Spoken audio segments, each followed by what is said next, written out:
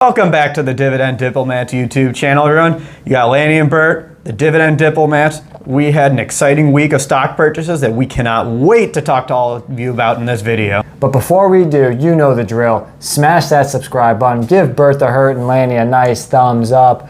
We're about to dive into some Dividend stock purchases during this past week. And yes, even though the stock market still is crushing, over 4,300, we're still putting our capital to work.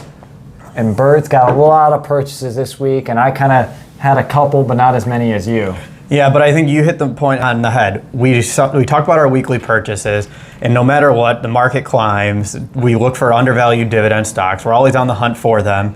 But the most important thing is putting that capital to work on a consistent basis. We want to see our dividend income grow by moving cash off the sidelines into our brokerage accounts and buying some of these great undervalued dividend growth stocks to buy. Money doesn't sleep. No, it doesn't. It's always awake 24/7. The dividends roll in when you're sleeping. That's the best part of being a dividend investor. I'll tell you what, that is fun, waking up to those emails and notifications that, company XYZ just paid, a dividend. And obviously we reinvest dividends to buy more shares, to produce more income. So Bert, you have a strategy that you've been doing now for probably, it feels like almost, 5-6 months? Yeah, we're not quite at the same length as your strategy, but my wife and I have been buying 1 share per week of Johnson & Johnson. We love the Dividend King. They continue to show signs of undervaluation, and that's why we like them. They're always trading with a PE ratio somewhere between 16 and 18.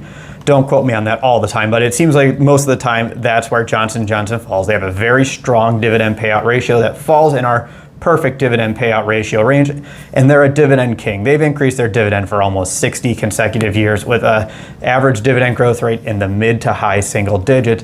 That's why we love them, and we decided to follow Lanny's path where he buys 3 shares of Vanguard, him and his wife, every week. We wanted to do our own strategy where we did that with Johnson & Johnson, and guess what we did to kick this week off?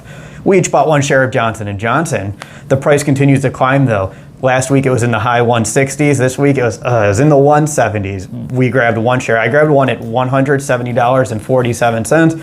My wife came in at $170.69. So Bert, did you hear the news about some pharmacy stores, grocery stores, even CVS, Walgreens, Target, pulling down J&J sunscreens due to carcinogens off the shelf? I did not hear that story. Yeah, so towards the end of the week, J&J... Oh, they're back in the 168, so this is great. Maybe I'll be able to grab and lower the cost basis next week a little bit. I think you will. Hopefully it's in the 160s, 166, 167 range, but hey, I don't care what the price is, because in the long run, 10 to 20 years from now, I'm going to be looking back. I'm not going to say this week I grabbed it for 170, this week I grabbed it for 168. I'll be happy that we just took the time to build our position and grow J&J. Dogs got to eat. Dogs always got to eat.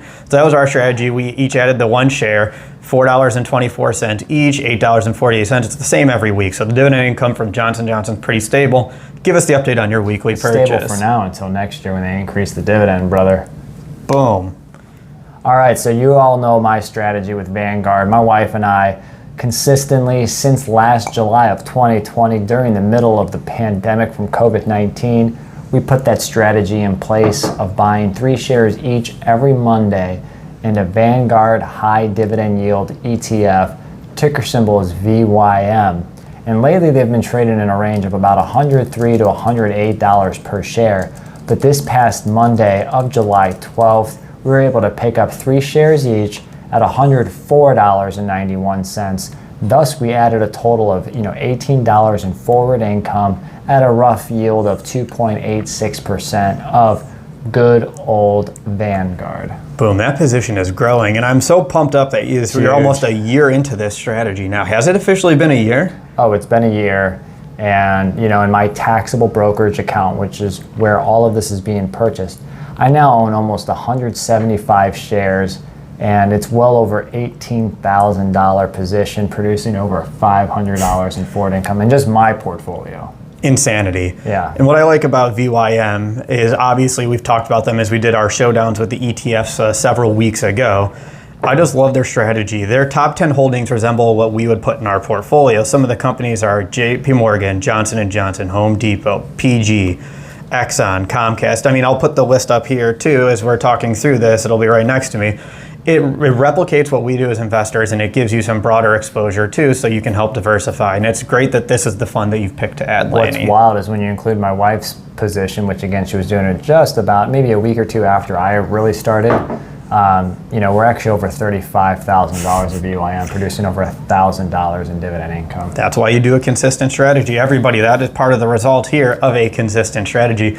Can't wait for that Q3 dividend now that these banks are juicing up their dividends. Go, come on. Yeah. Who here is if you're Vanguard, and give this video a thumbs up because you're investing, you're keeping it simple. We'd love to all investors, obviously, but give us a thumbs up if you're in the Vanguard game. And you know what else, everybody? If you're a Buckeyes fan, give this video a thumbs up too. I read all those comments. I read those. All you OSU haters out there, don't worry. Bert's attacking Michigan right now. That state up north. Yeah, we can talk about the wins losses over the last decade if we want to. I have some. I bring it on in the comments section. I'll be here. Get ready. Gloves are off. Get ready, everybody. But okay, so we did our Monday purchases. Let's bring it back a little bit here. I'll slow the pace down, walk the ball up the court here.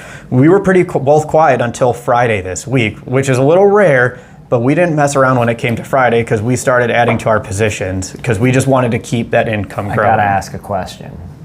You've been buying banks very consistently ever since the Fed, announced the passing of the stress tests, and the big banks have just gone ballistic. Big banks ballistic, big dividend increases, share buybacks, you name it. So Bert, what did you do in the banking industry this week? So if you've been following our purchases, we did add a lot of banks, but Big Bert buying big bank, big dividends. Yeah, all 5-7 of me. Let's go, Big Bert right here. But we've been building my wife's position in Citibank because we've talked about how this is. I actually featured them in an article recently on our website, and it was on my July dividend stock watch list. The metrics are looking great for Citibank, especially compared to its competitors in JP Morgan and Bank of America. Their PE ratio is well below. Their dividend yield is over 3% at the moment. And they've been growing their dividend like crazy after the financial crisis. Even though they did not announce a dividend increase like a lot of the other banks, I'm comfortable with that because their yield is over 3% and management is really working to keep their capital position strong, which why juice it up unnecessarily and put yourself in a bad position to jeopardize future dividend growth, especially when you have that strong track record. And Citi, is down about 1% this past week. They're down almost 3% in the last 30 days. So Bert, what price did you get them? What day? And how much dividend income did you add? Yep. So on Friday, we bought it twice for my wife, 2 different buckets of 2 shares. So she added 4 shares total. First one was at 67.21. Next one was at 67.15. So in total, she added $8.16 to her dividend income. What I like now is her position is growing pretty nicely for a Citi. It's at 26 shares total at an average cost basis of $69.94. Yeah, to get to 50. I mean, hey, I think it's a nice size position. I'm excited to grow it. We may be getting close to maximum. I at least want to get to 30 with her, and then we'll see from there. 50 maybe, but she has other positions to grow. If you want this guy to get to 50. Let's hear it. Make it 5,000. That was not our only bank purchase for the week, but we did not add to another large bank like Citibank. We went the other route. We went the small community banks. I've been building a position in my portfolio with LCNB Bank, headquartered near Columbus, Ohio. I was corrected on this last time. Headquartered in Lebanon, Ohio. We added 15 shares to my portfolio at a price of $16.64. In total, $11.40 dividend income. I like them. Laney and I love banks. They are just over $1 billion publicly traded bank. Their yield is over 4.5% with a history of increasing their dividend. A lot of great things to like. I'm pumped to continue building this position. Solid. Big banks helping Big Bert produce big dividends. This one was a small bank, so it's probably a more Bert-sized bank if we're really thinking through it. Get out of here. All right. So, I was actually pretty quiet this week.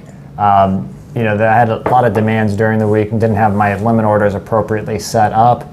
But I believe it was on Friday, I purchased shares, approximately 18 shares in Viatris, ticker symbol VTRS. If those of you that don't remember this was the joint spinoff from Pfizer and Mylan with the Upjohn business to create this company. Pfizer's killing it with the COVID vaccine. They kept their dividends strong and stable. Viatris is producing an 11 cent per share per quarter dividend. So if you don't know Viatris, they are now, like I call it, like this legacy cash flow pharmaceutical. They have your brands such as Lipitor, Viagra, Xanax, Zoloft. They've got a lot of big names that are frequently being used and purchased. So in total, 18 shares, deployed about $250 in total capital, added $7.92 to my forward income, at an average yield of 3.18%. Perfect. And to emphasize with the brands too, what I like about the brands there is my wife works in the medical sector too. So, and I show her Viatris and their brand portfolio. She sees a lot of these names of prescriptions she regularly prescribes to people. So to add to Lanny's point, that's what gets us pumped up about a company like Viatris too. But there is the fun part, and I gotta say this because Lanny usually does this to me. For once, I get to take the cake on this one. On Friday, I also bought Viatris. Lanny, you bought it at $13.85. I bought 13 shares at $13.82. So I got it at a lower price. You did. So I put a limit order in. Doesn't matter.